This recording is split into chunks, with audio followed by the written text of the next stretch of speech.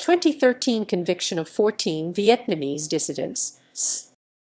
On January 8-9, 2013, a trial was held by the People's Court of Nghệ Province, Vietnam for 14 democracy activists, primarily belonging to the Catholic Church, including high-profile blogger Paulus Le Son. All of them were sentenced to 13 years in prison on charges of subversion. Many human rights organizations have called this the largest case of its kind in Vietnam and condemned the sentence.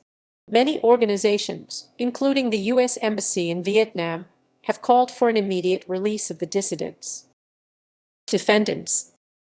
All 14 defendants were arrested in 2011 as part of the 2011 crackdown on Vietnamese youth activists. They were writers and political and social activists, mainly belonging to Redemptorist group in the Roman Catholic Church. They have engaged in community service and fighting against land seizures and corruption. Recently, many activists have been critical of the Vietnamese government, backing other dissidents and bloggers, and called for democracy and human rights. Some defendants have participated in peaceful protests in support of other previously convicted dissidents.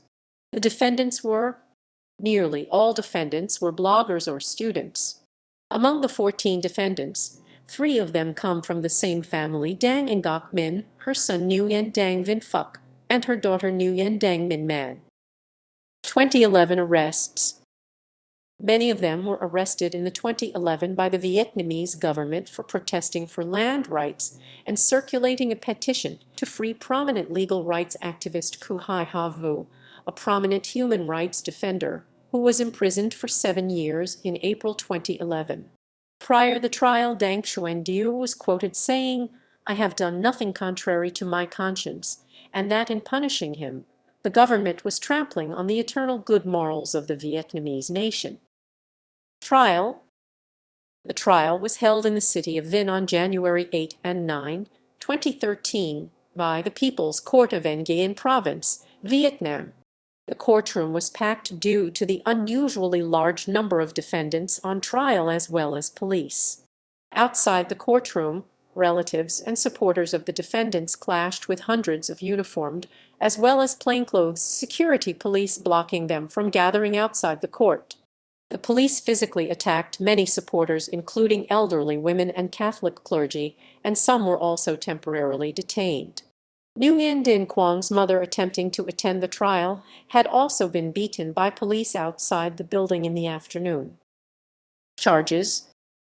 The defendants were accused of maintaining ties with Viet Thanh, a U.S.-based pro-democracy organization to establish democracy and reform Vietnam through peaceful and political means. All of the 14 defendants rejected the charges. Defendant Nguyen Dinh Quang's sister-in-law Kim Chai stated that many defendants have attended training workshops organized by Viet Thanh on leadership skills and online security, but that their activism was aimed at helping the people, not at overthrowing the government. Dang Ngoc Minh and her daughter Nguyen Dang Minh Man were accused of painting the slogan HSTS Vien on a school, which means Hong Sa, Tuong Sa, Vietnam. The slogan has been used to support the case in the Paracel Islands and Spratly Islands disputes that the islands belong to Vietnam. The Vietnamese government actually agrees with statement. Sentence. The verdict was announced by Judge Tran Ngoc on January 9, 2013.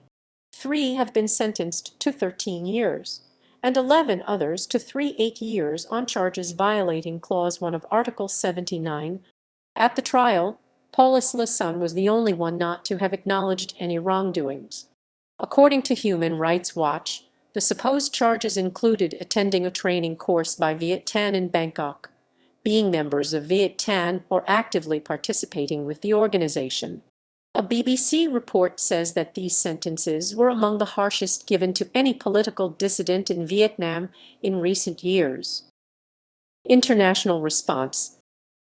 The United States Embassy in Hanoi stated that it was deeply troubled and called the trial a part of a disturbing human rights trend in Vietnam. Brad Adams, Asia Director of Human Rights Watch, condemned the arrest and calls for the convictions to be squashed immediately. He states the conviction of yet more peaceful activists is another example of a government that is increasingly afraid of the opinions of its own people. Phil Robertson, the deputy director of the Asia Division of Human Rights Watch, also followed up with this was the largest group to be brought to trial together in recent times. Reporters Without Borders quickly emerged and stated, the statement also reads that we have proof that the Vietnamese authorities use false pretexts to convict bloggers that criticize them. The organization released a picture of Paulus Le Son attending a training course organized by Reporters Without Borders in Bangkok to prove that he was not meeting with Viet Thanh, as the prosecutors have claimed. In a news briefing in Geneva on January 11, Rupert Colville, a spokesperson for the Office of the UN High Commissioner for Human Rights of the United Nations, expressed alarm over the fact that the convictions were handed down after only 2 days of trial, and that these latest convictions exemplify the limited space for critical voices in Vietnam. The organization has neither confirmed nor denied that the 14 detained activists are among its members. In an official statement, Viet Thanh rejects the fabrications peddled by the Communist Court to rationalize the subversion charges. A statement by U.S. Congresswoman Loretta Sanchez says the final product of an unjust criminal justice system in this subversion case was a verdict of 100 years imprisonment forced upon 14 patriots. Other human rights organizations have called this the largest subversion to be brought in years in Vietnam. Call for release. Many other organizations,